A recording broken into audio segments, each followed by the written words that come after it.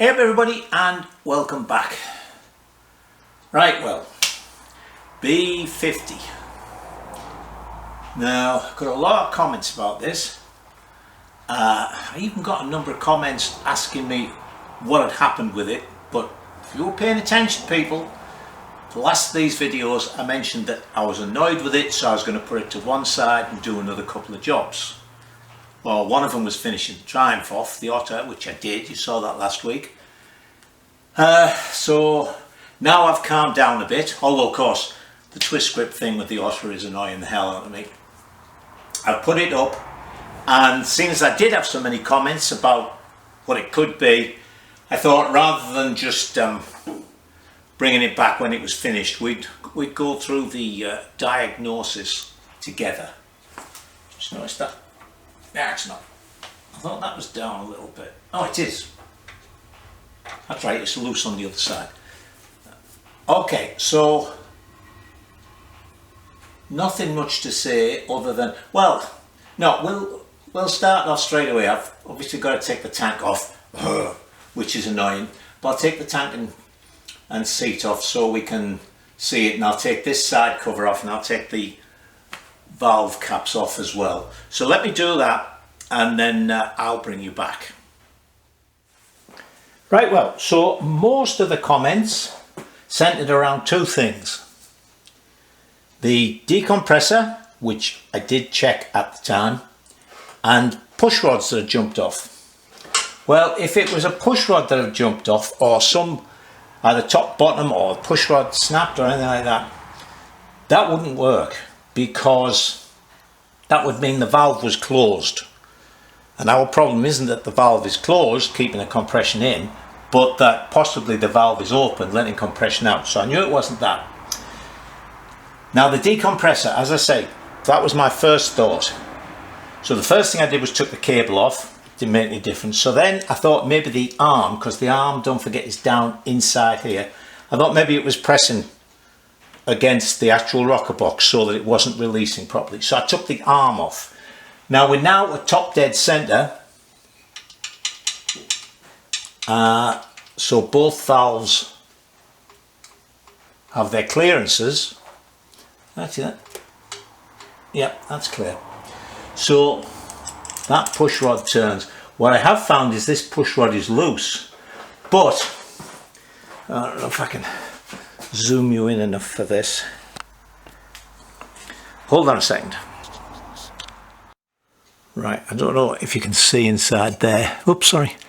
This push rod is loose, but at the back there is the little arm for the decompressor, and I can move it. So it's not jammed under the rocker, stopping the rocker from going down, or it doesn't seem to be. I don't see how it can be. It's difficult with the camera in way. So let me have a little more of a look at that, and then we'll come back. No, I've checked that. The rocker definitely is not on the arm. As I say, should be able to hear that. I've got clearance there, so according to that, that valve is seated. So there's only three ways we can lose compression: out of the exhaust valve, out of the inlet valve, or past the piston rings. So what I've done is I have got a spark plug with no center. We're going to screw that in there, and we're going to put the airline on it. I'll use the airline out the paint room because I can turn that right down to about 20 pounds. We don't need much pressure. We certainly don't want to push the piston back down.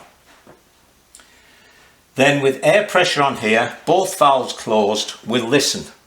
We'll listen to the inlet, we'll listen to the exhaust, and if it's going past the piston rings into the crankcase, then it's coming into the chain case, and we'll hear it at this breather. Right, so let me get the airline and everything set up. Alright, before somebody mentions it, there is a fourth way that we could lose compression through the head gasket. But as we didn't get any oil or anything like that, and I would have heard that actually. When the engine was running, believe me, when you've got a gasket that's blown on a bike, you can hear it. So I just thought I'd mention that before you commented. Alright, I've got this set at £20, should be enough. That valve should be on its seat. That valve is on its seat. It's definitely a top dead centre. Yep, I've got it in gear. I've got the wheel chucked, so I don't think I can push the piston down. So let's see if we can hear anything. Did I switch you on? So yes.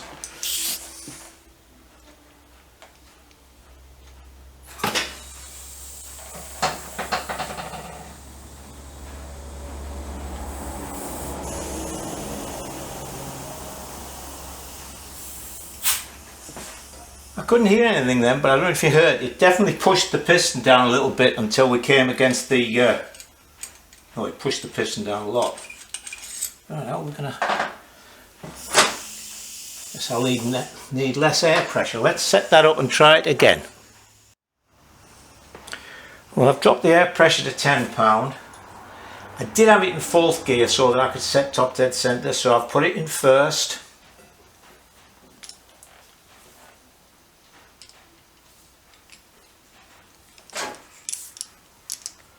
Make sure it's not going to hiss out of anywhere else.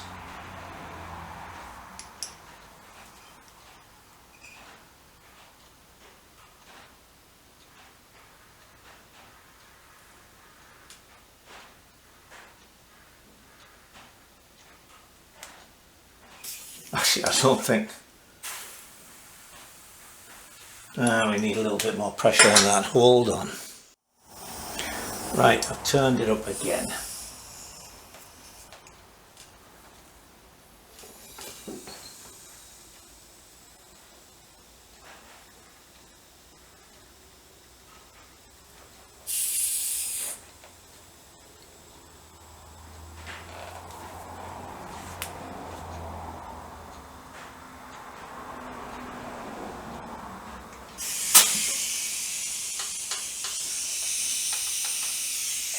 I might be able to hear a little bit here, but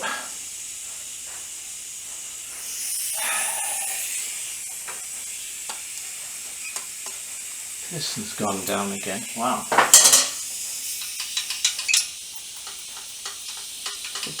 Both valves are closed, so it doesn't really matter.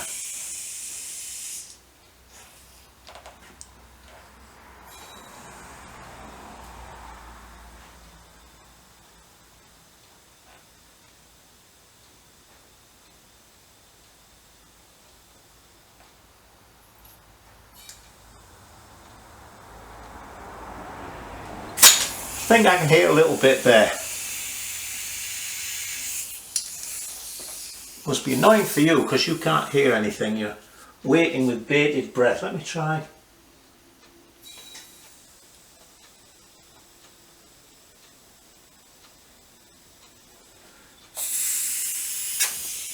No, that sounds about the same. So only one thing for it. We're going to have to take the head off. Bugger, that's all I can think of. There was another suggestion actually, and I meant to check and look at the videos myself, but somebody mentioned that they don't remember seeing me put the Woodruff key on the crankshaft sprocket. Now I don't think it's that, because the number of times I've turned this round to top dead centre, the valves have always seemed to be open right. But what we can do there, because don't forget to look at that, we've literally got to take the bottom end completely to pieces, because I've got to take the inner gearbox cover off, which means taking all this apart so I can get the shaft out, the main shaft out. But what we can do is I can put a timing wheel on it, and we can check to see if the valves are opening and closing at the correct specifications. So let me start stripping this, and I'll bring you back when I've got the end, because I've got to take the carb off, the exhaust off, head mount, all the engine bolts, and then we'll see if we can just cant it over enough to get this rocker box off, and then the head off, And if need be, we'll take the barrel off if we don't find anything. But what I'm going to do is take the head off, turn the head upside down, put a spark plug in, and we'll fill it up with some paraffin, some kerosene, and see if any of it leaks out. Alright, let me do that. Alright, everything is disconnected except the oil lines, and I think, actually I could pull this a little bit more this way, I can get everything off here. But let me show you something.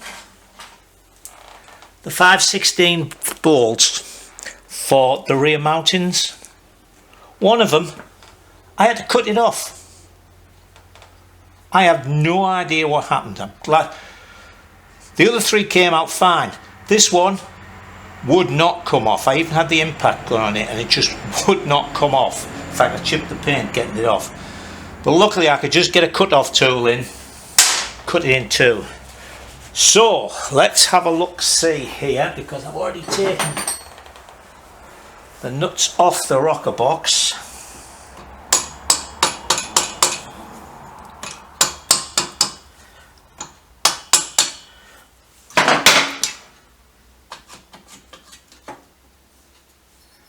A little bit more this way.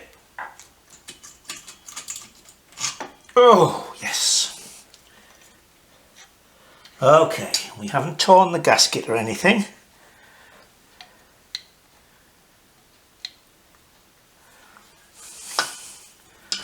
There's the that seems to be in the right place, the decompressor. Okay, let's put that to one side.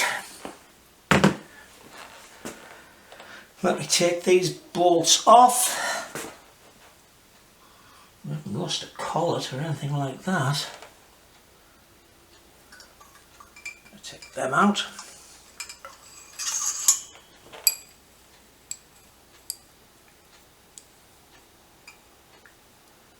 They still look straight.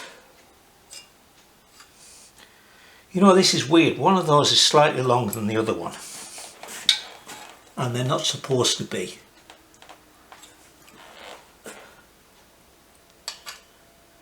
Why is that? I haven't got a B44 push rod in here, have I? I'm going to see if I can find the lengths to measure them. In fact, I'm going to go and find a pair of B44 push rods and check them against those. Hold on. Okay, there's the ones I've just taken out, and they're at the B44. As you can see, completely, well, can you see?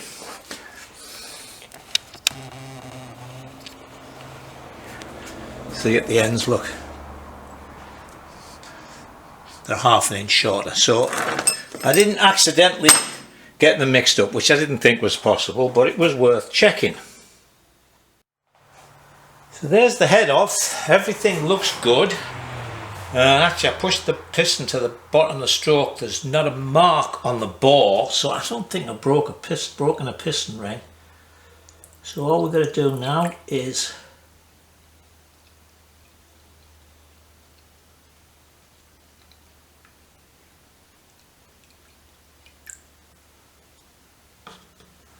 fill that up and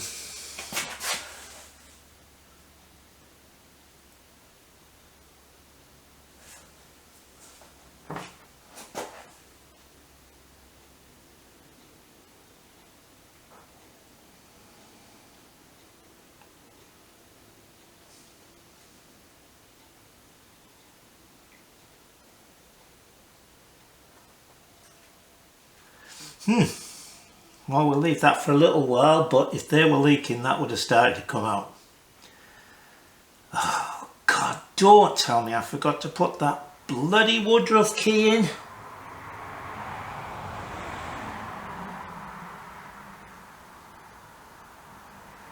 It's beginning to look that way. Yeah, that head isn't leaking. Oh bugger.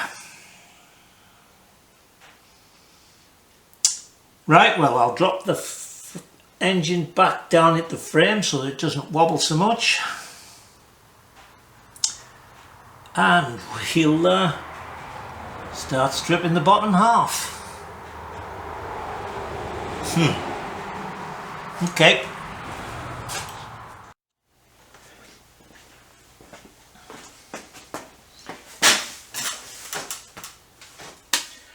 Alright, it's a new day. In fact, it's my birthday, which is why I've got a cap on, because my daughter sent me my annual new cap, so we've had a changeover. This was my good cap, I've now got a good cap, so this is my workshop cap. So things should go better now.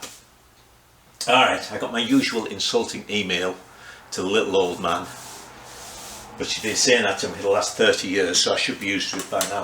Anyway, you'll see I've mounted a degree wheel here because I was going to check the valve timing. But I've had a chance to look at the video of me rebuilding the engine. So as a quick recap, we've got the cylinder head. I just checked it, as I say, this is the next day. There's not a dribble of paraffin, kerosene come out the head. The valves are seating perfectly. We knew before I even took the head off that the exhaust valve rocker was not resting on the decompressor, so it wasn't that. Although the manual says that these two push rods are the same length, unlike the B25 where the exhaust one is slightly longer. These two push rods are, I mean, it's not a lot, it's only about 1/16 of an inch, but I have thought to myself that, well, if I had the longer one on the exhaust, I can't remember now that I took them out actually. You remember the exhaust push rod seemed to be a little bit short, it wasn't quite coming up to the rocker at top dead center, so that would solve that problem as well. So I did what I should have done first of all after that gentleman's comment, and I looked at the video, and what I found was the video of me putting the cam followers and the cam in and the pinion going on the end of the crankshaft was in real close-up, and as I watched I put the Woodruff key in, so big sigh of relief there, because to be honest, when I thought I might have missed that, that would have been awful. I mean, that would have been, I've made mistakes, you've seen me make mistakes, but that would have been really fundamental, not putting a Woodruff key in where there should be one. But as the video unfolds, I put the pinion on and I push the Woodruff key out the back. So I take the pinion off, reseat the Woodruff key, try again, pushes the Woodruff key out the back. So third time I put the pinion on, I say, okay, that looks to be good. We put the nut on and lock washer and everything like that.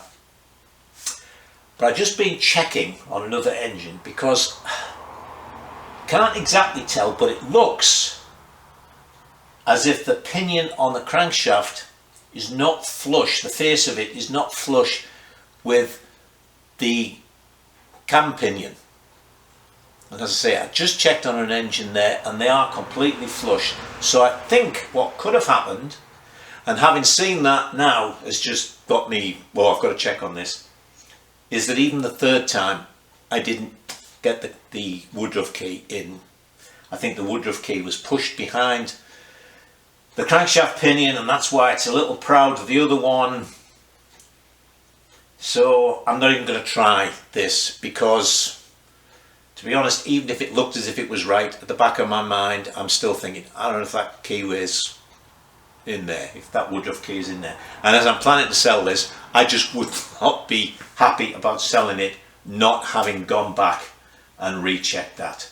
So if I'd have done that for, it was one of those, it's a pain to take the head and everything off, but it's a pain to strip all that out. But it probably would have been easier to take this off and then look at the head. But anyway, so I'm not going to show you me dismantling this because you've seen enough BSA singles done, including this one. So I'm going to take everything off so I can get this side out, take the gearbox parts out, and then we'll be able to see, I've got it at top dead centre here, if the timing marks are still lined up when I pull this off. Alright, so let me get on with that. Right, well, good news and bad news. I did try to get the camera in, but I can't show you this. I have been exonerated of mechanic abuse. I can see the woodruff key, not backed up, but it's through into the worm gear for the oil pump. It's definitely in correctly. So that's the good news. I didn't make a complete balls of this. But of course the bad news is that was our last hope of what the hell's going on. So let me put this all back together. Put the head on. And this is also one of those things where, you know, it might have been easy. If I was, instead of being 71 today, if I was even 61 and I could lift this engine out easily, apart from draining the oil out, it would probably have been easier to lift this up. I've had to, I don't know if you can,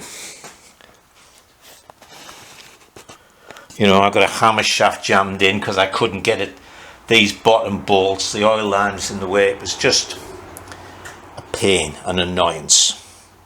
So anyway, as I say, that doesn't take us any further forward. Right, let me put it back together again.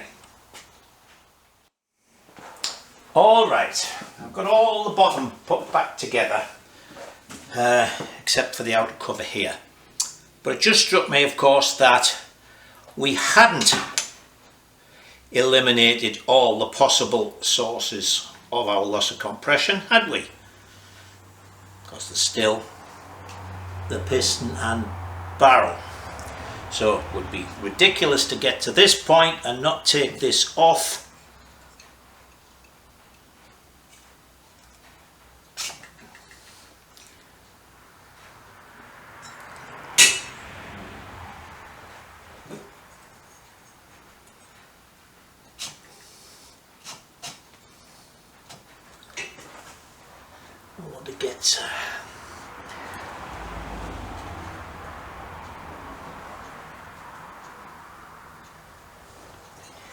I want to get a couple of cloths under here just in case we do have a broken piston ring.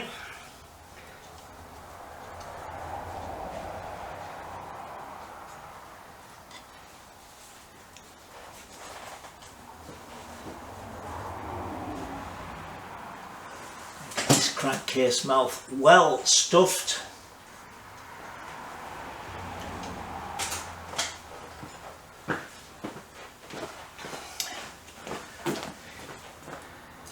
Of course, the problem here is, if that's what it is, then I've got to order piston rings and more delays. Never going to get to our next project, are we? Alright. I think that is it.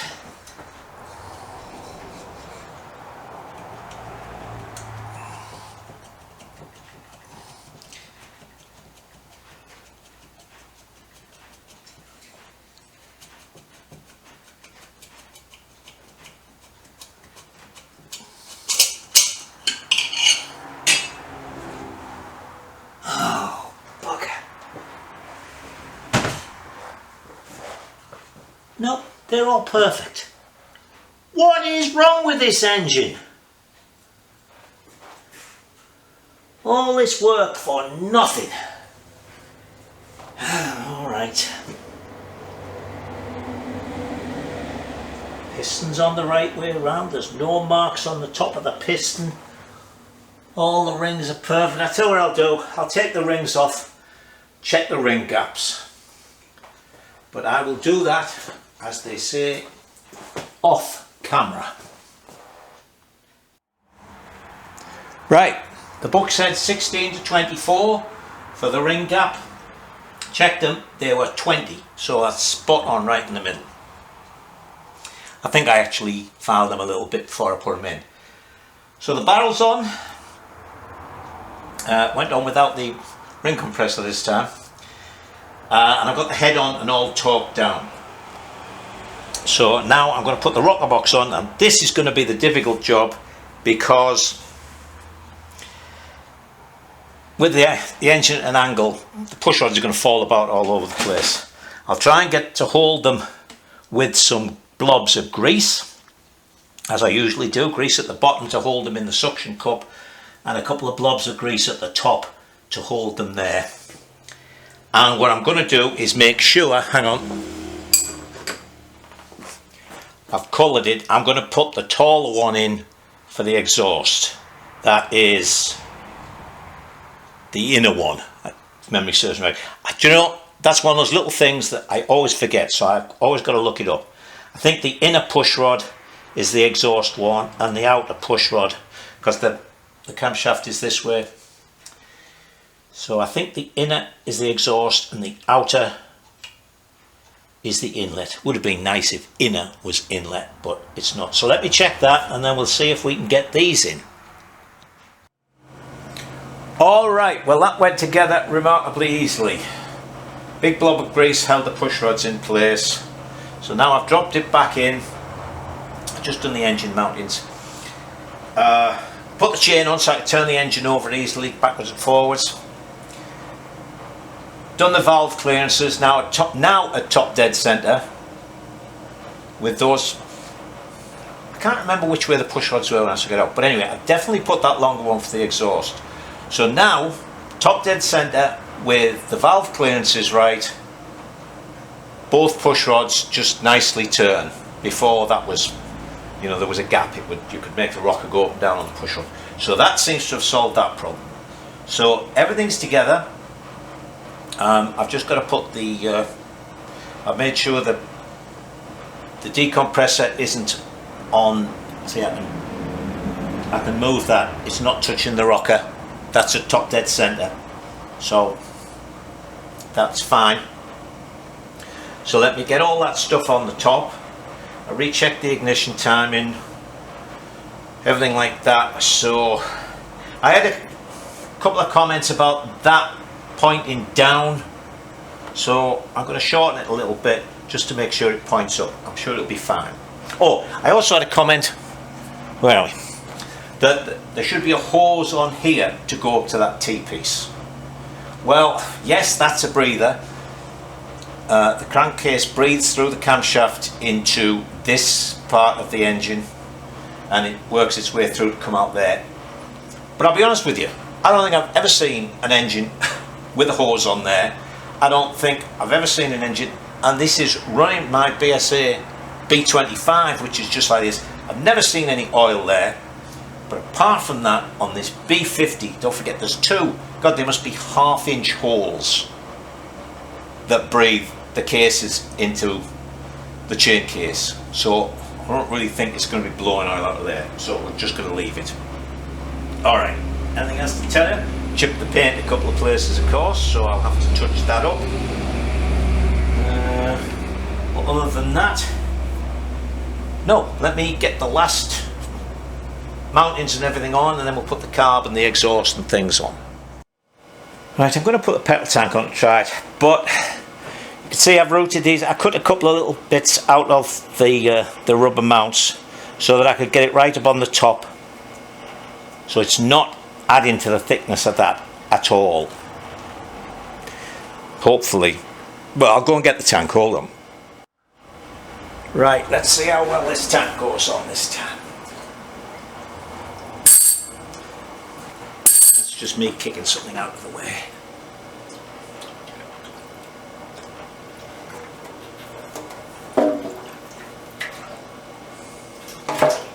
Oh! That wasn't too bad at all. Right, let me get the fix in, and then we'll connect the pipes up, see if we can get it to run. Which will amaze me if it does.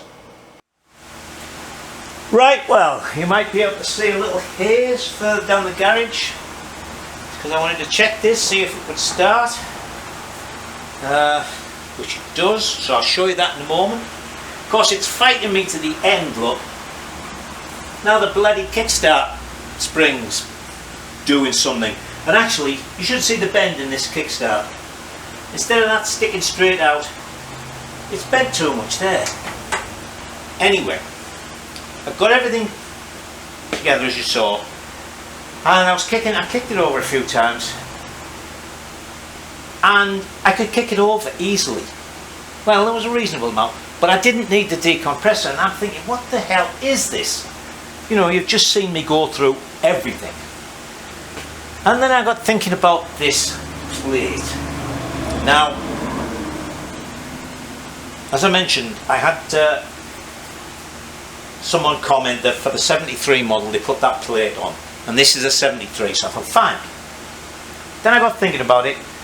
I looked in the parts book and it doesn't list it in the parts book, right, which I think is for like 71, 72. So I thought to myself, okay, so this is a 500 10-to-1 compression ratio. So I did some maths. To get a 500 10-to-1, the headspace must be approximately 55 cc's. And then 555 cc's getting stuffed into 55 cc's is 10-to-1. So I measured the plate. The plate is 2 millimeters. 2 millimeters extra stroke on this, or extra up, is 11 cc's, right? So that means our headspace is now 66 cc's. So 566 cc's going into 66 cc's is 8.5-to-1, and that's just what that kickstart feels like. About 8.5-to-1. It's got compression, but it's a relatively easy push. I don't know if people were finding it too hard to kick over and it didn't lose that much power, but whatever. That compression ratio, I feel happy about being a kick over without the decompressor. So, as I say, I've had it started. It's a leaky carb as well, leak somewhere. Anyway, wouldn't start first. Number 2 pilot jet in it, again, as came brand new. So the only bigger one I had was a number 4, and actually I think I might need a number 5, which is the biggest, because I've only got this screwed out about 1 screw, and it should be 1.5 to 2 or thereabouts. So anyway, I've got it roughly set up, and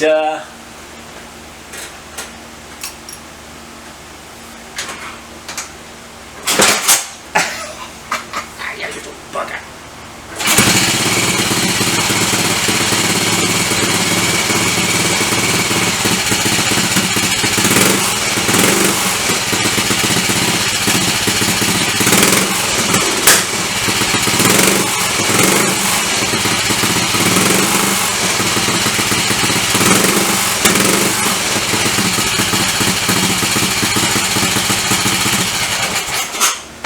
As you can hear, the carburetion's not exactly right. So what, that's 3 supposedly correctly jetted premiums I've bought, Premiers I've bought. This one, the Triumph Twin and the Enfield, and all 3 of them I've had to rejet and change throttle slides. So I don't know whether it's just my supplier as he puts them together or whether he gets them like that, but somebody has got their carburation well out. Okay, so it runs. Actually, I could see the oil circulating, so that was good. All I got to do is sort the carb out. So I've done 2 days work for I have no idea what. Took it all apart, just put it back together again exactly the same. Or I thought exactly the same. The only thing that might be different is those push rods. But as you can see, it starts, it runs, it sounds nice other than the odd pop and fart from the carb.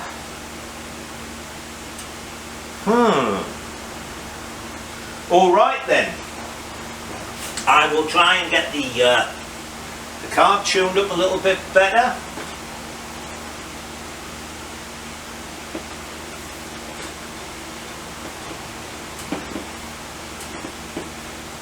Come on now. Oh. Look at that now. Bloody wires in the way. God, I moved it from one place, put it somewhere else, and now it's a problem there.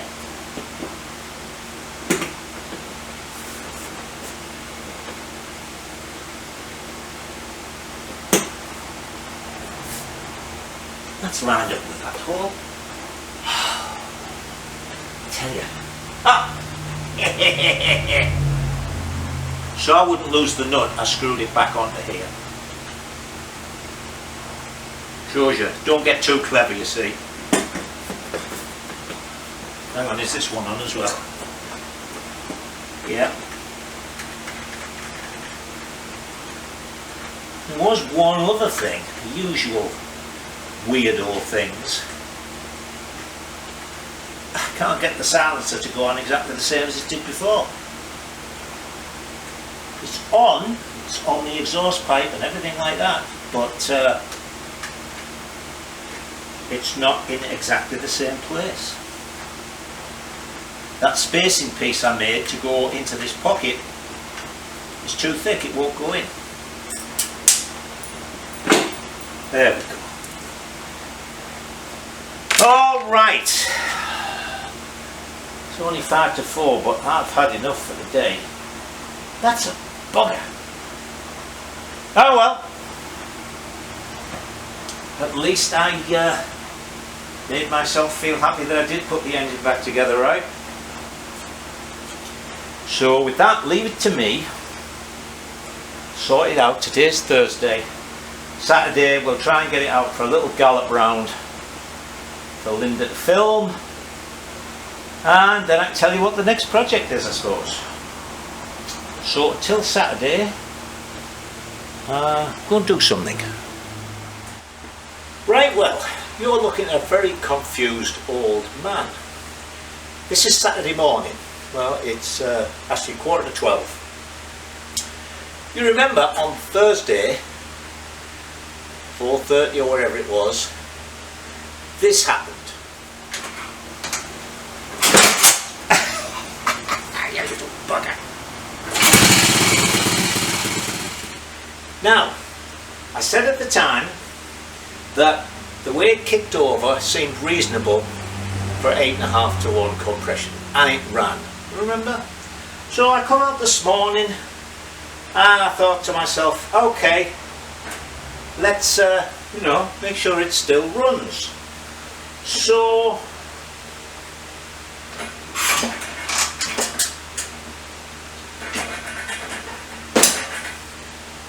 decompressor.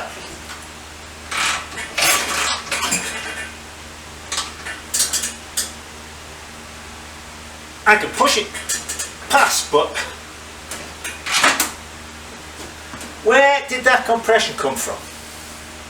Wasn't there on Thursday. Somebody sneaked in on Friday while I was out and put some compression in this engine.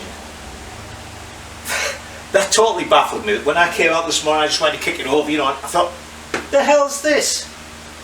So, no, I really am totally baffled. If anybody's got an idea, I'd love to know what it is, because this is something I've never come across. Alright, so another strange thing happened. When I found that out, I thought, let me start it, and it was kicking back. Take the cover off, and the timing was advanced again, so I very carefully replaced, took the thing off, retimed it, made sure I put that split collet thing on very carefully, took it up, made sure I took it a 40 pound, everything was right. So then it started, didn't kick back. So as I say, I don't know what the hell is going on with the compression.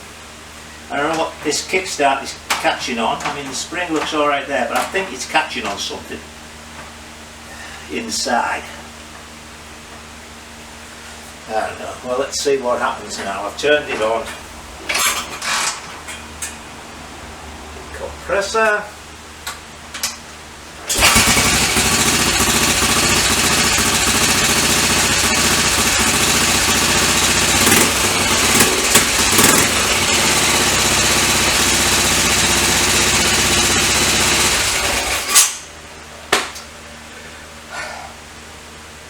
I'd like to try it with the number 5 pilot jet, because as you see it stumbles coming off the pilot jet. But it may be the throttle slide, because as I mentioned, the Enfield carb and the Triumph carb both came with a number 2 pilot jet, and I put a number 3 pilot jet in, and that cured the tick-over problem. And they were both a little halting. Triumph had a number 4 cutaway. I put a 3.5 in, and that was perfect. Then it tick over, it was clean, well, apart from the twist grip, ran on both cylinders, very nice.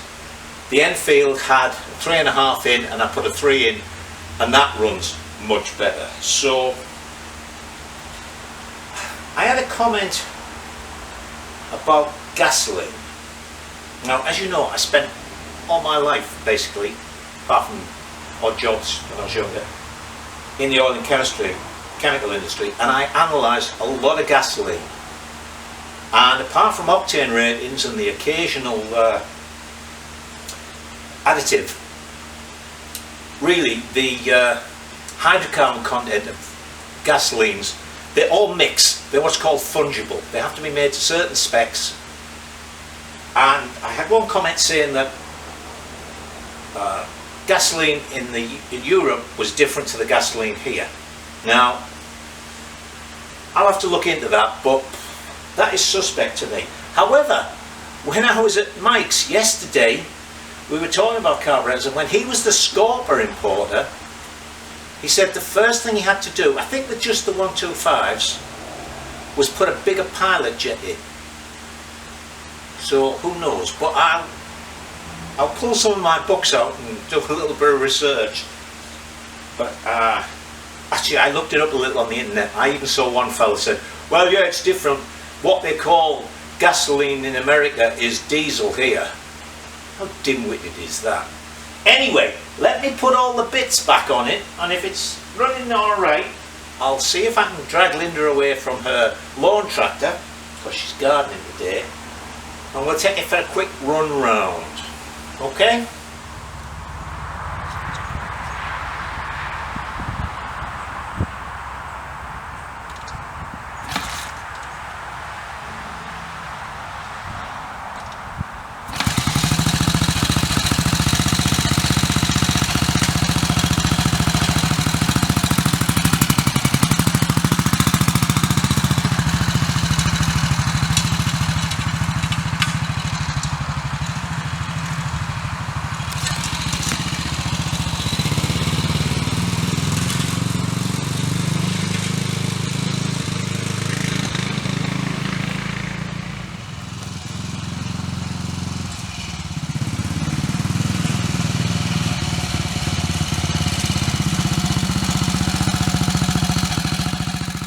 Alright then, well, it goes, it stops, it goes through all the gears. I think I might have to raise the needle a notch, rather than, it's still a little iffy off idle, but it didn't really want to go much when I got to about half throttle there, so work on the carburation. As I say, that's the third Premier I've got. I'm not faulting the Premier. I know everybody knocks Amels. The carbs are very nice. I'm just saying that, you know, like pilot jet and throttle slides had to change. The Triumph and the Enfield will never get to full throttle. Certainly not when I'm riding them. So for all I know, the main jet might be wrong as well. But anyway, once I get that sorted out, we'll be alright. I forgot I still need a little plug to go in there. Other than that, the only thing that doesn't work is the GPS speedometer. So perhaps that mounted underneath the headlight isn't good. So what I will do, and I'll just show you at some point in the future, is I'm going to make a little plate to go up on the top, probably above the the handlebars. I'll make something there to mount it that'll bolt to the binnacle. I did get I got some thinner cork and managed to get that to go on properly, so that's something. So there you go, basically done. And for those of you who watched right from the beginning, you might remember I said that after such a big project as the Otter, we'll just do this little one, few mods. Yeah, right, spoke too soon there, didn't I? Anyway, it has got to the end, some mild tuning. I could hear the chain touching the sort of rattling a little bit, so I think maybe, yeah, I'll adjust that. Or I got a comment from someone who mentioned a particular chain tension or a chain tensioner off a particular bike that should fit easily. I might do that, I don't know. Anyway, so, but as far as we go for this series of videos, that's done. If I make a couple more mods and things, I'll just show you it. So next week, we're not starting a new project because I have to gather together some bits and pieces and order some stuff to be able to move ahead with the new project. If I start the new project next week, then we're going to maybe have a couple of weeks when we're going to be almost twiddling our thumbs waiting for stuff to come. So what we're going to do is, you see lurking behind the B50 here is the C15. I'm going to lower that rear sub for it. It just annoys the hell out of me every time I walk past it. So that's what we're going to do. I will take my life in my hands and say it probably won't be a long video, but there isn't a great deal to do, and I've worked out how I'm going to do it. So that's about it. Last thing to mention is my throttle cables came from InMotion. These are supposedly the right length to go from the AML type twist grip, the 80/200 or whatever they call them, to a concentric carb. We shall see. Actually, I'm just hoping they're going to be long enough. But what I did notice was they're incredibly slippery.